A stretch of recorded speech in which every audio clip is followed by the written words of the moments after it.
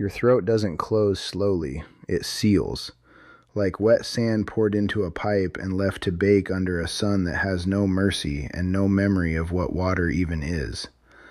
Your tongue, swollen, cracked, a dead thing draped over your teeth, scrapes the roof of your mouth and finds nothing.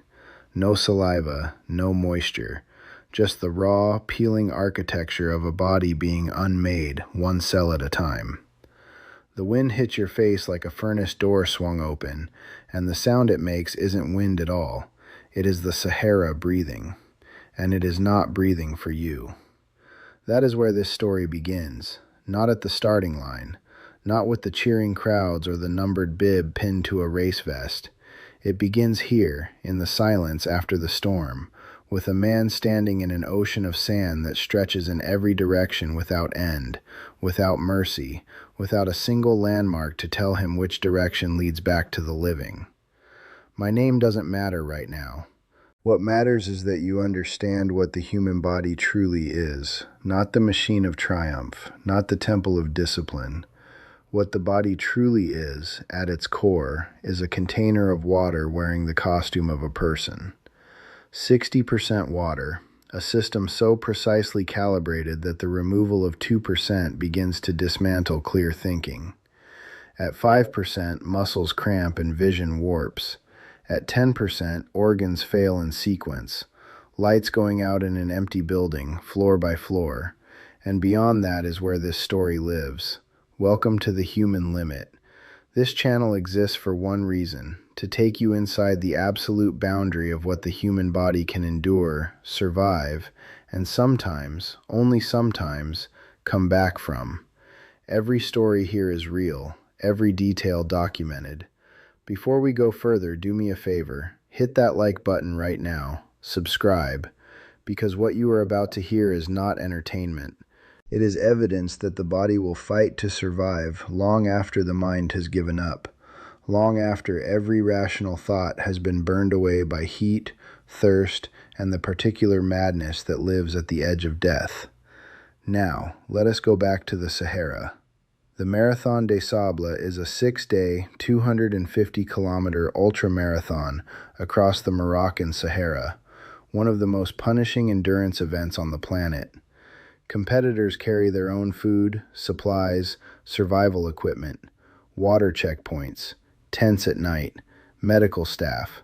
Brutal but structured, survivable under normal conditions.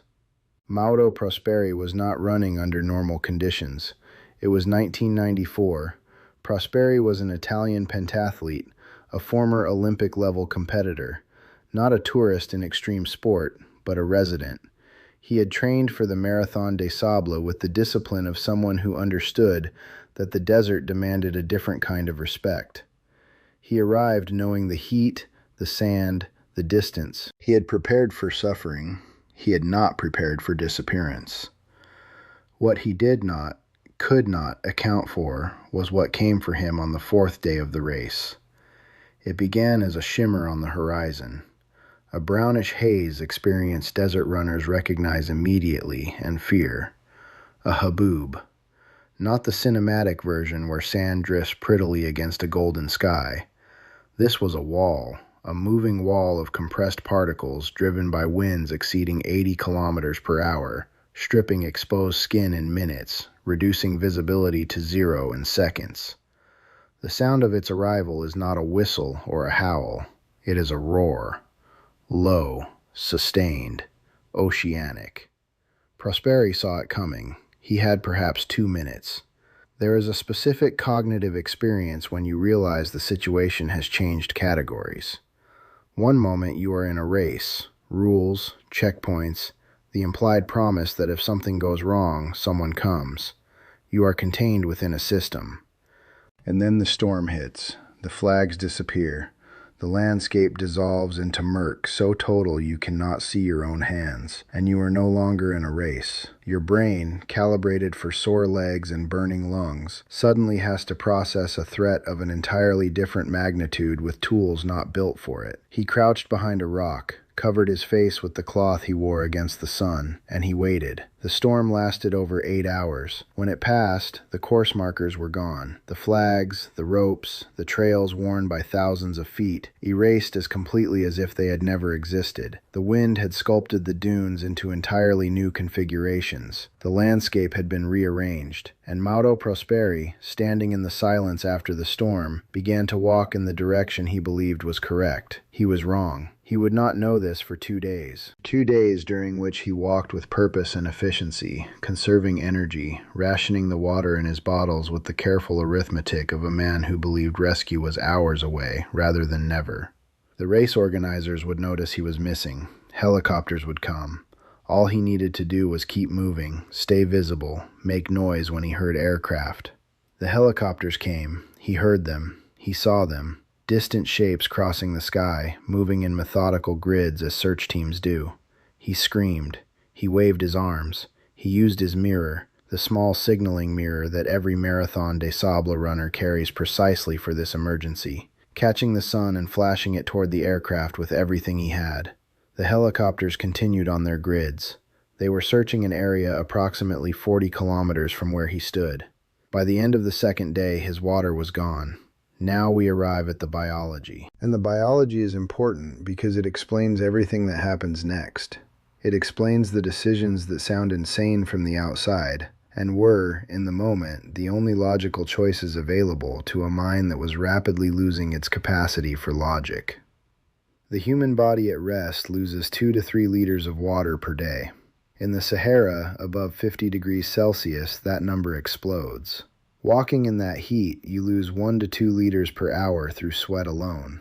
Stop sweating, and core temperature rises to a level that begins to cook the proteins in your cells from the inside. The brain shows the damage first, and that damage, once it begins, is not always reversible. Here is the cascade. Blood plasma volume drops first. Your blood thickens. Your heart works harder to push it through struggling vessels.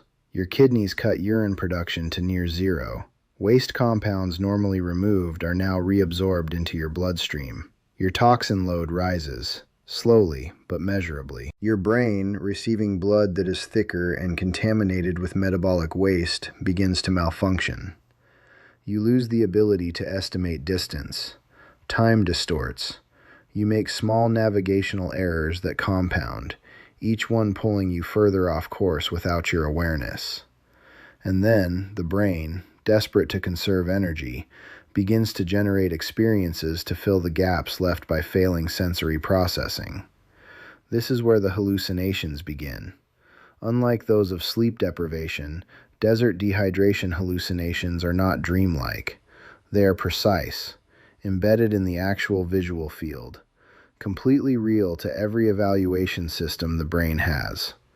Prosperi saw a paved road through the dunes, vehicles moving in both directions. He watched it nearly 20 minutes before it dissolved into bare sand. He heard an Italian folk song his grandmother sang him as a child, clear, with distinct melody, coming from behind the next dune. He climbed the dune. No music. Nothing but more desert, more heat, more horizon. He heard his wife's voice calling his name from a distance that never got closer, no matter how far he walked. These were not comfort, they were torture, because each one required him to evaluate it, dismiss it, and process the grief of the dismissal, and that processing consumed cognitive resources he could not afford to spend. He knew about mirages. He understood the optics, the heat refraction. Knowing this did not stop his legs from walking toward the shimmering that his eyes interpreted as water.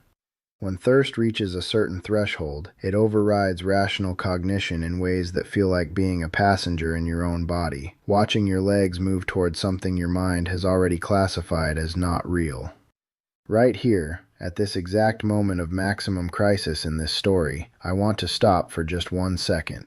If this journey through hell is gripping you, leave your like on this video right now. Subscribe to The Human Limit for more real stories told with the weight and respect they deserve. It costs you nothing, it keeps this channel alive. Now we go back, because the worst is still ahead. By the 5th day, the teaspoon of water Prosperi found at the bottom of a depleted bottle, Dark, warm, tasting of the plastic container it had been sitting in for days, was the only fluid he had consumed that wasn't produced by his own failing body.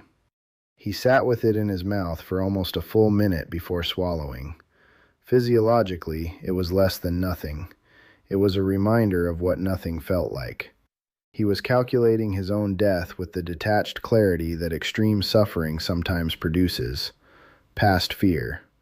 Fear requires a future self to be afraid for, and his future self had become a mathematical improbability. He was methodical, almost clinical, but with the processing speed of a computer on a nearly depleted battery. And then, cresting a dune that seemed identical to the 1,000 dunes he had already crossed, he saw it. A structure. Low. Made of mud brick, the color of the desert itself, barely distinguishable from the surrounding sand. He blinked. He waited for it to dissolve the way the road had dissolved, the way the lakes had dissolved. It did not dissolve. It remained. Solid. Geometric. Man-made. The angles were too precise for a natural formation. The shadow it cast on the sand had edges. It was a marabout, an ancient Islamic shrine built centuries ago at a crossroads long abandoned. Its walls were cracked, its doorway a dark rectangle of shadow. But the walls were still standing, and where there were walls, there was shade. He did not run. He could not run.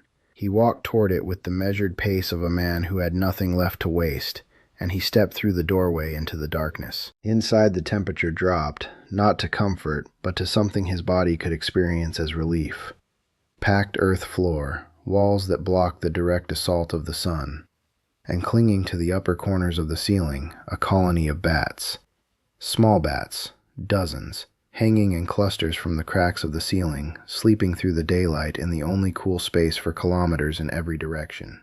Here is the point in the story where judgment becomes complicated, where the comfortable distance between observer and survivor collapses. Because what Mauro Prosperi did next was not the act of a man who had lost his mind. It was the act of a man who had thought through his options with brutal, unsentimental clarity and chosen the one that kept him alive. He caught a bat. It required patience, moving slowly, waiting, approaching the ceiling where the bats were most densely clustered and most deeply asleep. He reached up and took one. He felt it struggling in his hand, the small, frantic heartbeat, the wings pushing against his fingers. He decapitated it with the small blade he carried in his race pack. And he drank the blood. Let that sentence exist without softening it. The blood was warm. It tasted of iron and something organic, animal. His body processed the signal of incoming fluid with something close to gratitude. Not enough. One bat nowhere near enough to address a deficit measured in liters. But it was fluid, and fluid meant his kidneys could continue their minimal function a few hours more. Another hour of coherent thought. Another decision possible. He was still in the calculation. He consumed the internal fluids, the soft organs, the small amount of tissue that a creature this size carried. He caught more bats. He developed a system, a careful, economical approach that allowed him to harvest the colony without panicking them into mass flight. He processed them with the same blade. He consumed what he could in the cool dark of the shrine, while outside the sun pressed down on the desert with the weight of everything indifferent. He also drank his own urine. The human body produces urine as a filtration output, waste compounds the kidneys have processed and expelled. In a severely dehydrated person, it is concentrated, dark, toxic. Drinking it does not restore hydration like fresh water. The salt and urea burden presses further on kidneys already failing. But it provides fluid, and fluid, even imperfect and recycled, buys time. And time is the only currency that matters. He spent multiple days inside the marabout. He rested during the absolute peak heat of the midday sun. He kept a journal. He wrote letters to his family.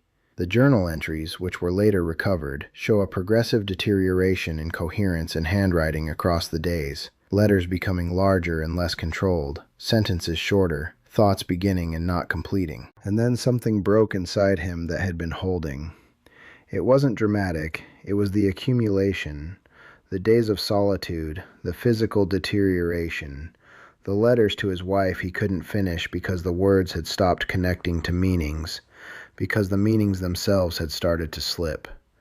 The brain, running on bat blood and recycled urine, and the fumes of whatever protein reserves it had not yet metabolized, reached the point where it could no longer maintain the fiction of hope. Mauro Prosperi decided to die. Not in a panicked, irrational way, with the calm deliberation of a man who had done the arithmetic. He had been in the desert more days than physiology suggested was survivable without water. He was weakening. No one was coming. The only variable he could still control was the timing. He thought about his wife, his children. He thought a quick, chosen death was a mercy compared to the slow terminal endpoint he could see approaching. He took out his race blade. He held it against his left wrist, over the radial artery, where his pulse was still. Barely, faintly, perceptible through skin that had dried and cracked and shrunk against the bones beneath. He cut. The cut was deep enough. He had the training to know where the artery ran and how to reach it. He felt the blade go through the outer layer and into the tissue beneath. He felt the pain, diminished, muted, the way all pain had become muted because his nervous system had been overwhelmed far past the point where new pain signals had the bandwidth to register at full volume. And then he watched, with what he later described as bewildered scientific fascination, as almost nothing happened. The blood that appeared at the cut was not the blood of a living, hydrated body. It was dark, nearly black, thick, the consistency of paste, not fluid. And almost immediately it stopped. The wound clotted. Not because his clotting factors were exceptional, but because there was not enough fluid left in his blood for it to flow. The plasma was gone, consumed by the desert over 9 days of relentless sun. What remained was so concentrated it clotted almost on contact with air. The blood had become too thick to bleed. His own dehydration would not let him die. He looked at the wound. He understood what had happened with the crystalline clarity that arrives at the absolute nadir of a crisis. Nothing left to spend on pretense. His body had already sealed its own exits. The catastrophic process he assumed was killing him had, through a grotesque coincidence of biochemistry, prevented this particular death. Too dry to bleed out, too depleted to exit by the method he had chosen. The desert had taken so much it had taken, without meaning to, his ability to choose his own ending. He wrapped the wound with cloth from his kit. He sat in the dark for a long time. Then he stood up. He began to walk, not because he believed he would survive. He had passed the point where belief was a functional cognitive category. He walked because his legs still moved when he told them to. The body's refusal to stop is not always heroic. Sometimes it is simply mechanical, the absence of the ability to give up, because giving up requires energy that has also been exhausted. He walked south. Some residual calculation told him it was slightly more likely to produce human habitation. The mindless persistence of a machine executing its last program. His vision narrowed to a tunnel, his hearing reduced to the essential, wind, his own footsteps, and the absolute silence that fills the desert at 3 a.m. when even the wind stops. On the 9th day since the storm had swallowed him, he saw a woman. He did not trust what he saw. He had seen too many things that weren't there. He stopped and waited for the image to dissolve the way the road had dissolved, the way the lake had dissolved. The woman did not dissolve. She continued to resolve with the persistent detail of something real. Her clothing, the way she moved against the sand, other figures behind her. She was Tuareg, a nomadic traveler crossing that section of Algerian desert on a route that existed for reasons having nothing to do with him and that placed her in this particular stretch of sand at this particular moment in a way that no rational calculation could have planned for. She stopped when she saw him. Whatever Mauro Prosperi looked like in that moment, 9 days in the Sahara without water, surviving on bat blood and recycled urine, a crudely wrapped wound on his wrist, his body down to something that barely inhabited the category of standing human form, it was enough to stop her completely. He later described her expression as one of absolute horror, not disgust, horror. The horror of looking at something that should not still be moving. She gave him water, small amounts, She understood, as nomadic desert people understand in their bones, that you cannot give a severely dehydrated person large quantities of water at once. The sudden osmotic shift as cells attempt to rehydrate rapidly can cause its own catastrophic failure, cerebral edema, pulmonary flooding. Small sips, minutes apart. The body must be reintroduced to water as carefully as you would reintroduce a drowned person to air. He was taken to an Algerian military hospital. He had lost 18 kilograms since the start of the race, his liver damaged, his kidneys functioning at a fraction of capacity. His blood markers showed hemoconcentration that the physicians described in terms that translated roughly to, "This patient should not have been able to walk. He should not have been alive." He was alive. He had walked out of the Sahara on 9 days of bat blood and the mechanical refusal of a body that had not been informed it was supposed to stop. Here is what this story actually teaches us when you strip away the spectacle. Not that human will can overcome anything. That is a comfortable lie. What survival stories actually are is accident and biology operating without our input or our permission. What it shows us is this: the body has contingency systems the conscious mind knows nothing about. Layers of metabolic flexibility built into our species over millions of years in environments where catastrophic scarcity was the baseline, not the exception. Your ancestors did not survive ice ages and droughts because they were mentally strong. They survived because their bodies were built with the assumption that things would go catastrophically wrong, and that the organism needed to remain minimally functional at extreme cost when they did. Prosperi's blood thickening saved his life, not because nature is kind, because dehydration changes blood chemistry. Changed blood chemistry clots more readily, and a body that cannot bleed freely cannot choose to bleed out. A system designed to prevent one form of death accidentally preventing another. He recovered. He returned to the Marathon des Sables and completed it. Because the other thing extreme survival does is permanently recalibrate a person's relationship with suffering. After drinking bat blood in an abandoned shrine and being refused death by your own desiccated circulatory system, running very far in intense heat carries a different emotional weight. The Sahara still runs the Marathon des Sables every year. Thousands of people register. They train, they prepare, they pack their gear with the careful discipline of people who understand they are entering something that does not make concessions to the unprepared. And every year, without exception, the desert reminds several of them that their preparation was a negotiation, and the desert was not at the table. There is a version of this story that ends at the marabout, where the cut works, the shrine becomes a tomb, the letters buried by the same sand that buried the course markers. That version exists. For a long time it was the more likely one. We are not in that version. We are in the one where the blood was too thick and the legs still worked. The thing worth carrying away is not the luck of it. It is the machinery. The relentless, unglamorous, amoral machinery of a body built to survive first and ask questions never.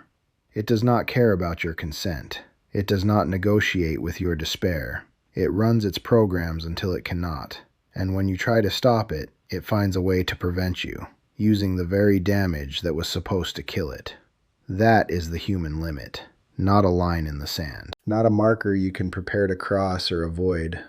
A moving threshold, recalculating continuously, drawing on reserves you had no idea existed, finding solutions in the chemistry of your own catastrophe. Mauro Prosperi walked out of the Sahara on 9 days of bat blood and recycled desperation, and the quiet biological refusal of a body that had not received the instruction to stop. And that refusal, not triumphant, not accompanied by music, not witnessed by anyone, that silent, chemical, cellular refusal is the most human thing in this entire story. The desert didn't break him. It just ran out of ways to finish what it started.